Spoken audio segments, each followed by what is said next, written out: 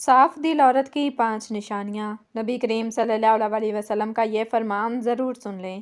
نبی کریم صلی اللہ علیہ وسلم نے فرمایا، اچھے اور صاف دل انسان کے اندر یہ 5 نشانیاں ضرور ہوتی ہیں۔ بسم اللہ الرحمن الرحیم۔ السلام علیکم محترم ناظرین۔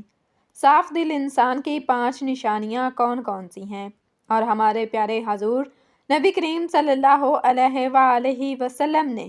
اچھے انسان کی کون کون سی نشانیاں بیان فرمائی ہیں، ساتھ ہی ساتھ برے انسان کی کون سی نشانیاں بیان فرمائی، یہ تمام باتیں اس ویڈیو میں پیش کی جا رہی ہیں۔ محترم ناظرین، سب سے پہلے بات کرتے ہیں کہ صاف دل انسان کی 5 نشانیاں کون سی ہیں۔ ماہرین نفسیات کے مطابق صاف دل انسان میں یہ 5 نشانیاں پائی جاتی ہیں۔ نمبر 1، ایسا شخص جو بہت جلد جذباتی ہو جاتا ہے، یعنی جب اس کے سامنے کوئی غلط بات کی جائے تو اس بات سے قطع نظر کہ آگے کون کون بیٹھا ہے یا اس کے جذباتی پن کے کیا کیا نقصانات ہو سکتے ہیں، وہ کھل کر اپنی سچائی کا اظہار کرے گا اور اس مقصد کے لیے جذبات کا سہارا لے گا۔ نمبر 2، ایسا شخص جس کا غصہ تھوڑی دیر کے لیے ہوگا، یعنی جیسے وہ بہت جلد جذباتی ہو جاتا ہے اور سامنے والے سے لڑ جاتا ہے، ویسے ہی بہت جلد ٹھنڈا بھی ہو جاتا ہے اور پھر سے بالکل ایسا ہو جاتا ہے کہ جیسے کچھ ہوا ہی نہیں۔ نمبر 3، ماہرین نفسیات کہتے ہیں کہ ایسا شخص نہایت حساس طبیعت کا مالک ہوتا ہے اور لوگوں کے تلخ رویے اسے بہت تکلیف دیتے ہیں، یعنی ایک صاف دل انسان جب کسی کا تلخ رویہ دیکھتا ہے تو اندر سے ٹوٹ جاتا ہے۔ نمبر 4، ایسا شخص جو ہر رشتے کو دماغ کی بجائے اپنے دل سے نبھائے گا، یعنی جس کے ساتھ تعلق نبھائے گا، دل سے نبھائے گا، پورے کا پورا اسی کا ہو جائے گا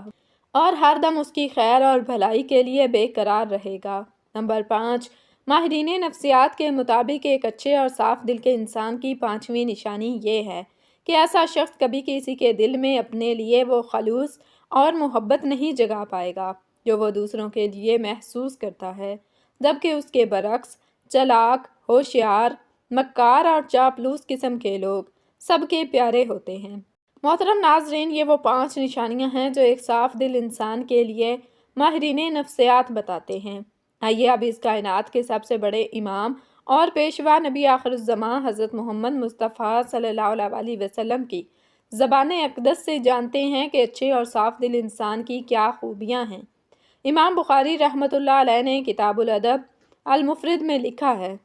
کہ حضرت اسماء بنت یزید رضی اللہ تعالیٰ عنہا فرماتی ہیں کہ ایک دن جناب رسول اللہ صلی اللہ علیہ وسلم نے فرمایا کہ کیا میں تمہیں تمہارے اچھے لوگوں کے بارے میں نہ بتاؤں؟ صحابہ کرام نے عرض کیا، یا رسول اللہ، ضرور آگاہ فرمائیں۔ جناب نبی اکرم صلی اللہ علیہ وآلہ وسلم نے فرمایا، وہ لوگ جنہیں دیکھا جائے تو خدا یاد آ جائے، یعنی جن لوگوں کو دیکھ کر خدا یاد آ جائے وہ تم میں سے اچھے لوگ ہیں۔ اس کی 2 صورتیں بیان کی جاتی ہیں۔ پہلی صورت یہ ہے کہ وہ اللہ تعالیٰ کے نیک بندے جن کی عبادت، نیکی اور تقویٰ کی جھلک ان کے چہروں پر نور کی صورت میں دکھائی دیتی ہے اور انہیں دیکھ کر دل میں خیال آتا ہے کہ اس قدر با رونق اور پر نور چہرہ کسی اللہ والے کا ہی ہو سکتا ہے۔ عام طور پر انسان کے اندر کی کیفیات کا اس کے چہرے سے اندازہ ہو جاتا ہے اور چہرہ انسان کی باطنی حالت کا عکاس ہوتا ہے، خود غصہ ہو یا خوشی، غم ہو یا راحت، ناراضگی ہو یا رضامندی، انسان کے چہرے سے اس کا پتہ چل جاتا ہے۔ اسی طرح انسان کے نیک اعمال اور برے اعمال کے اثرات بھی چہرے سے ظاہر ہوتے ہیں۔ بخاری شریف کی ایک روایت کے مطابق حضرت صلی اللہ علیہ وآلہ وسلم نے اپنے ایک خواب کا منظر بیان فرمایا کہ میں نے ایسے لوگوں کا ایک ہجوم دیکھا جن کے چہروں کی کیفیت یہ تھی کہ چہرے کا نصف حصہ خوبصورت اور باقی نصف حصہ بدصورت تھا۔ فرشتوں سے پوچھا کہ یہ کون لوگ ہیں؟ انہوں نے بتایا کہ یہ آپ صلی اللہ علیہ وسلم کی امت کے وہ لوگ ہیں جو اچھے اور برے اعمال غلط ملط کرتے رہے، اعمال صالحہ بھی انہوں نے کیے ہیں اور اعمال سیام میں بھی پیچھے نہیں رہے۔ ان کے نیک اعمال ان کے چہرے پر حسن کی صورت میں نظر آ رہے ہیں اور برے اعمال چہروں پر بدصورتی کے طور پر نمایاں ہیں۔ اس لیے اللہ تبارک و تعالیٰ کے نیک اور مخلص بندوں کے چہروں پر ان کے خلوص اور نیک اعمال کا نور ہوتا ہے اور ان کے با رونق اور نورانی چہروں کو دیکھ کر خدا کی یاد تازہ ہو جاتی ہے۔ جبکہ اس صورت میں اس کا ایک معنی یہ بھی کیا جاتا ہے کہ وہ لوگ جن کے اعمال اور حرکات، ان کا اٹھنا بیٹھنا، لین دین، عبادات و معمولات اور اخلاق و معاملات اللہ تبارک و تعالیٰ اور رسول خدا صلی اللہ علیہ وسلم کے احکام کے مطابق ہوتے ہیں، انہیں دیکھ کر ایک مسلمان کی عملی زندگی کا نقشہ سامنے آ جاتا ہے اور خدا یاد آ جاتا ہے۔ بہرحال جناب نبی کریم صلی اللہ علیہ وسلم نے فرمایا کہ تم میں سے اچھے لوگ وہ ہیں جنہیں دیکھ کر خدا یاد آ جائے۔ اس کے علاوہ حضرت محمد صلی اللہ علیہ وسلم نے ارشاد فرمایا، کامل مومن وہ ہے جس کے اخلاق اچھے ہوں۔ مومن اپنے حسن اخلاق سے دن میں روزہ رکھنے والے اور رات میں عبادت کرنے والے کا درجہ پا لیتا ہے۔ حضور نبی کریم صلی اللہ علیہ وسلم کا ارشاد ہے کہ تم میں بہترین شخص وہ ہے جس کے اخلاق سب سے اچھے ہوں۔ ہمارے اخلاق ہمارے خالق و مالک کے ساتھ بھی اچھے ہونے چاہیے اور بندوں کے ساتھ بھی۔ خالق و مالک کے ساتھ اچھے اخلاق کا مطلب یہ ہے کہ اسے ایک جانیں، اس کا ہمسر کسی کو نہ بنائیں، جو مال اس نے دیا ہے اس میں سے اس کی راہ میں خرچ کریں، نماز کی پابندی کریں، یوم آخرت پر ایمان رکھیں، قرآن پاک اور دیگر آسمانی کتابوں پر ایمان رکھیں، اس کی حلال کردہ چیزوں کو حلال اور حرام کردہ چیزوں کو حرام جانیں، ہمیشہ اپنے خالق و مالک کا شکر ادا کرتے رہیں اور تکلیف پہنچنے پر صبر کریں۔ یہ اوصاف ہیں اچھے اخلاق والوں کا اپنے رب کے ساتھ، اسی طرح ہمارے اخلاق بندوں کے ساتھ بھی اچھے ہونے چاہیے۔ اچھے اخلاق کے لیے علم کا ہونا ضروری ہے، اس لیے علم حاصل کریں اور اس علم سے لوگوں کو فائدہ پہنچائیں۔ ماں باپ کی فرما برداری کریں، انہیں کبھی جھڑکیں نہیں، ان کے ساتھ نرمی سے بات کریں، انہیں اف تک نہ کہیں، ان کی صحت کا خیال رکھیں، ان کو اپنے ساتھ رکھ کر ان کی خدمت کریں۔ بندوں کے ساتھ اچھے اخلاق میں یہ بھی ہے کہ رشتوں کے ساتھ صلح رحمی سے پیش آئیں، رشتوں کو نبھائیں، رشتوں کو جوڑیں۔ حضور نبی کریم صلی اللہ علیہ وسلم کا ارشاد ہے کہ جو تمہیں محروم کرے تم اسے عطا کرو،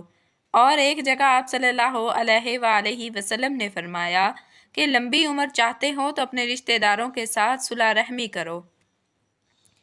اچھے اخلاق کی ایک علامت یہ بھی ہے کہ ہم اسلام میں پہل کریں، سلام کو عام کریں، ہم جاننے والے اور انجان مسلمانوں کو سلام کریں، جبکہ آج یہ بات عام ہو چکی ہے کہ ہم صرف اسی کو سلام کرتے ہیں جس کو ہم جانتے ہیں۔ محترم ناظرین، جہاں نبی کریم صلی اللہ علیہ وسلم نے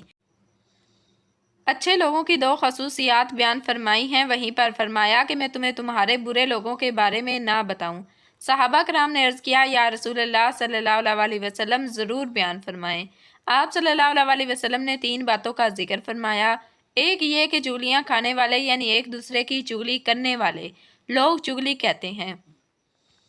ایک دوسرے کو خواہ مخواہ ان کی باتیں پہنچانے والے، ایک کی بات دوسرے کے آگے، دوسرے کی تیسرے کے اور تیسرے کی بات چوتھے کے آگے۔ اس کا ہمارے ہاں عام طور پر رواج پایا جاتا ہے اور ہم ان میں سے بہت سے لوگوں کی یہ عادت بن گئی ہے کہ بلا وجہ لوگوں کو یہ بتاتے رہتے ہیں کہ فلاں تمہارے بارے میں یہ کہہ رہا تھا اور فلاں جگہ تمہارے بارے میں یہ باتیں ہو رہی تھیں۔ بلا ضرورت ایسی باتیں کرنا شرعاً گناہ کبیرہ شمار کیا جاتا ہے، لیکن ہمارے ہاں سرے سے اس کو گناہ ہی نہیں سمجھا جاتا۔ حالانکہ یہ باتیں اکثر جھگڑوں کا باعث بنتی ہیں۔ ہمارے معاشرے میں ہونے والے باہمی تنازعات اور جھگڑوں کی وجہ تلاش کی جائے تو اکثر تنازعات کے پس منظر میں کوئی نہ کوئی چغلی کار فرما ہوتی ہے، چنانچہ یہ بہت برا عمل ہے اور اسے جناب نبی کریم صلی اللہ علیہ وسلم نے برے لوگوں کی علامت قرار دیا ہے۔ دوسری بات فرمائی کہ دوستوں کے درمیان فساد ڈالنے والے برے لوگوں میں شمار ہوتے ہیں۔ یہ بھی ایک معاشرتی بیماری ہے کہ چند دوست اکٹھے محبت اور اعتبار کے ساتھ رہ رہے ہیں، اگر کوئی آدمی ان کے درمیان غلط فہمیاں ڈال کر ان کی دوستی کو دشمنی میں بدل دیتا ہے تو وہ بہت بری حرکت کا مرتکب ہوتا ہے۔ اسی طرح ایک خاندان محبت اور اعتماد کے ساتھ زندگی بسر کر رہا ہے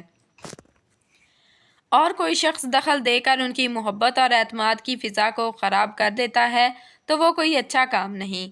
محبت اور اعتماد کی فضا خاندانوں میں ہو، دوستوں میں ہو یا مشترکہ کام کرنے والوں میں ہو، اس میں فساد ڈالنے والوں کو جناب رسول اکرم صلی اللہ علیہ وسلم نے برے لوگوں میں شمار کیا ہے۔ تیسری بات حضور صلی اللہ علیہ وسلم نے فرمائی کہ شریف اور باعزت لوگوں میں عیب تلاش کر کے انہیں بدنام کرنے والے بھی برے لوگ ہوتے ہیں۔ عیب اور کمزوری سے کوئی شخص پاک نہیں، لیکن اللہ تعالیٰ اپنے فضل و کرم کے ساتھ اکثر لوگوں کا پردہ رکھتے ہیں۔ اب ایک شخص عزت کے ساتھ زندگی بسر کر رہا ہے، لوگ اس کا احترام کرتے ہیں اور اسے اچھا سمجھتے ہیں، لیکن کوئی شخص بلا وجہ اس کی ٹو میں لگا رہتا ہے کہ اس کی کوئی کمزوری ہاتھ لگے تو اسے بدنام کروں، اس کا کوئی عیب مجھے میرے علم میں آئے تو اس کا پروپوگنڈا کر کے اس کی عزت کو خراب کروں۔ لوگوں کے عیب تلاش کرنے کے لیے ٹو میں رہنا، خاص طور پر معزز اور شریف لوگوں کے حالات کا تجسس کر کے ان کے عیب ڈھونڈنا اور پھر انہیں منتشر کر کے ان کی بدنامی اور بے عزتی کا باعث بننا کوئی اچھی صفت نہیں ہے۔ آپ صلی اللہ علیہ وسلم نے ایسا مزاج رکھنے والوں کو برے لوگ قرار دیا ہے۔